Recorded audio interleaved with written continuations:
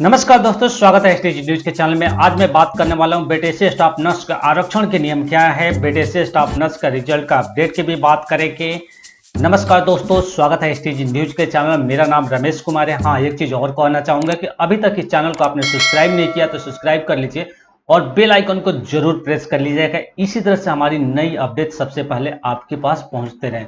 हाँ, जैसे कि आप बीटीएस स्टाफ नर्स के आरक्षण के नियम क्या है, इस मुद्दे पर भी मैं बात करूंगा, इसलिए कि इसके पहले मैंने इसके आरक्षण पर बात नहीं किया था। आपकी जो नोटिफिकेशन से उसमें आरक्षण के कुछ नियम हैं, उस नियम से आपको काफी फायदा होगा। आप घर बैठे कैलकुलेट कर सकते हैं कि हमारा क्या जगह बनता है। तो चलिए वीडियो को स्टार्ट करते हैं और बात करते हैं।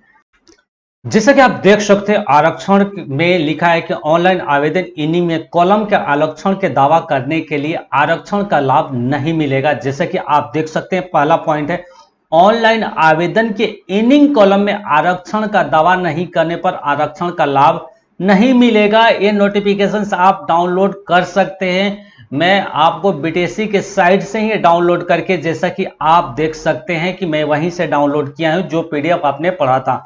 ऑनलाइन में आवेदन में इनिंग में आरक्षण के दावा नहीं करने पर आरक्षण का लाभ नहीं मिलेगा। यानी अगर आप जिस कैटेगरी में थे, आपको उस कैटेगरी को सिलेक्ट करना जरूरी था। इस बात को आप ध्यान रख लीजिएगा।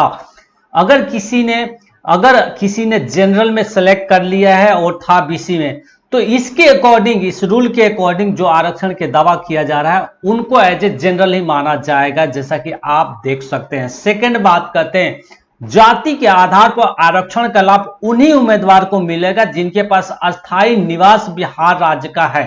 बिहार राज्य के होना जरूरी है दोस्तों, ये बात ध्यान रख लीजिएगा।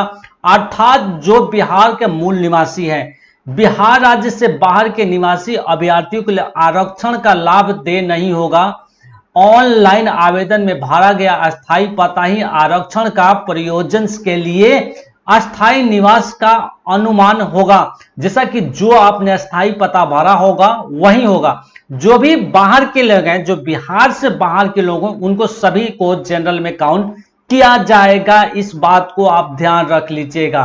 बात करता हूं थर्ड पॉइंट ए में, अनुसूचित जाति अनुसूचित जनजाति उम्मीदवारों को निम्नलिखित प्रमाण पत्र जमा कराना होगा। जैसा कि फर्स्ट में आप देख सकते हैं, जाति प्रमाण पत्र, अस्थायी निवास प्रमाण पत्र यानी डोमिसाइल प्रमाण पत्र को आपको देना जरूरी है। इस बात को आप ध्यान रख लीजिएगा। जाति प्रमाण पत्र यानी कास्ट सर्टिफिकेट, अस्थायी निवास यानी रेसिडेंशियल प्रूफ आपको चाहिए, डोमिसाइल चाहिए।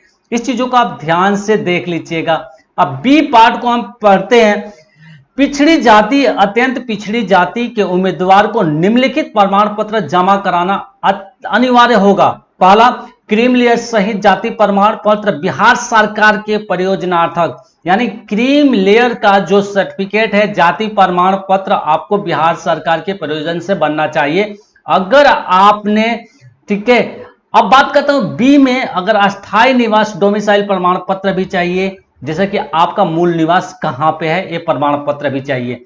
सी की बात करते हैं, आर्थिक रूप से कमजोर वर्ग का निम्नलिखित प्रमाण पत्र जमा कराना अनिवार्य होगा।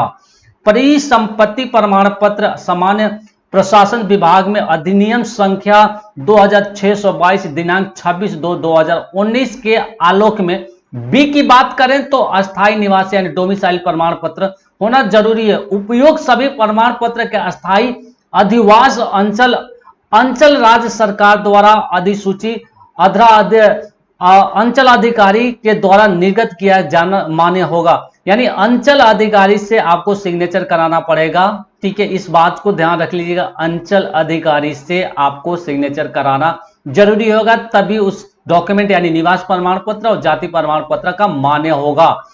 आरक्षित कोटि के उम्मीदवार को सभी जाति के अनुरूप आरक्षण के संबंध में पूर्ण रूप से संतुष्ट होने के पश्चात ही आरक्षण का अंकरण आदेश में संबंधित कॉलम में करेंगे। आवेदन भरने के समय उनके पास आरक्षित कोटि अनुभव समक्ष पदाधिकार के निर्गत प्रमाण पत्र उपलब्ध होना अनिवार्य होगा। और किसी प्रकार के त्रुटि होने पर, यानी किसी भी तरह की अगर आपने डॉक्यूमेंट गलत भर दी है तो आपको आरक्षण मान्य नहीं होगा। इस बात को ध्यान रख लीजिएगा। कौन कौन से कैटेगरीज में आते हैं, जैसे कि आप देख सकते हैं। अनुसूचित जाति की बात करूं, एससी की बात करते हैं। अनुसूचित जनजाति यानी एसटी, अत्यंत पिछड़ा वर्ग यानी ईबीसी की, और बीसी की बात करें पिछड़ा वर्ग, और डब्ल्यूबीसी पिछड़ा वर्ग की महिला, आर्थिक रूप से कमजोर ईडब्ल्यूसी। ये तमाम कैटेगरीज को आपने फॉर्म आपको जो भरा होगा उसमें आपने सिलेक्ट किया होगा और उसके अकॉर्डिंग जो आपने डॉक्यूमेंट जमा किया होगा उसी के बिहाफ पे आपको आरक्षण का लाभ मिलेगा। अब दिव्यांग की स्थिति में सक्षम प्राधिकारी द्वारा विहित पत्र निर्गत दिव्यांग यानी निःशुल्कता प्रमाण पत्र छात्र प्रति संलग्न करना आवश्यक है, अन्यथा दिव्यांग निष्ठांत के आधार पर आरक्षण लाभ नहीं होगा। यानी इनको जो लोग दिव्यांग हैं उनको भी अपना सर्टिफिकेट जमा कराना होगा, अदरवाइज उनको भी आरक्षण का लाभ नहीं मिलेगा। सामान्य प्रशासन विभाग में बिहार प्रांतांक 13,185 दिनांक 13/9/2015 को आलोक राज्य वैसे स्वतंत्रता सेनानी जिसके द्वारा पेंशन स्वीकृत में पोता पोती नाना नानी नतनी को नियमानुसार 2% के क्षैतिज आरक्षण दिया जाएगा जो कि विभाग से हो। ठीक है, ऐसे आरक्षण को दावा करने वाले अभ्यर्थियों को आवेदन करते समय गृह जिला और जिला अधिकारी या उनके द्वारा प्राधिकृत प्राधिकारी के हस्ताक्षर से निर्गत भूतपूर्व स्वतंत्रता सेनानी के पोता पोती और नाती नतनी होने का प्रमाण पत्र निश्चित रूप से उपलब्ध होना चाहिए। इस बात को आप ध्यान रख लीजिएगा। मैं दोबारा से आपके बता देता हूं, जो स्वतंत्रता सेनानी है जैसा कि आप देख सकते हैं, जिसे गृह जिला में अभी अधिकारियों से द्वारा उन्हें अधिकृत प्राधिकारी के आरक्षण के निर्गत भूतपूर्व स्वतंत्रता सेनानी पोता पोती नाता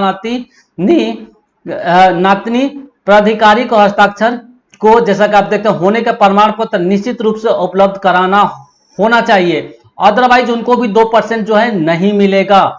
सामान्य प्रशासन विभाग द्वारा 16,144 दिनांक 28/1/2012 को आलोक के नियुक्ति द्वारा प्रक्रिया के बीच में आरक्षण कोटि को सुधार में बदलाव नहीं किया जा सकता है। बात को आप ध्यान रख लीजिए, कोई बदलाव नहीं होगा। सामान्य प्रशासन विभाग अगर है कोई, इसके अलावा अगर स्वतंत्रता सेनानी के अलावा अगर कोई दूसरा विभाग में होगा उसमें 2% का आपका आरक्षण नहीं मिलेगा। इस बात को ध्यान रख लीजिएगा। 8 पॉइंट बहुत महत्वपूर्ण है। ऑनलाइन में आरक्षण के इनिंग कॉलम में निःशक्तता स्वतंत्रता सेनानी बिहार राज्य के सरकारी अस्पतालों में संविधिता के आधार पर स्टाफ नर्स एक पद के कार्य करने या बिहार राज्य के नर्सिंग स्कूलों में ट्यूटर पद के लिए संविधिता के कार्यरत दावा नहीं करने पर उनके संबंधित आरक्षण ठीक है अमान्य नहीं होगा, अनुमान्य नहीं होगा, जैसा कि आप देख सकते हैं। तो यही कुछ थी खबरें, आप जैसा कि आप देख सकते हैं, जैसा कि कॉलम देख सकते हैं। आवेदन द्वारा ऑनलाइन आवेदन की सभी प्रतियां सावधानी से भरी जाएगी। भविष्य में आवेदन में किसी भी प्रकार की परिवर्तन या सुधार मान्य नहीं होगा।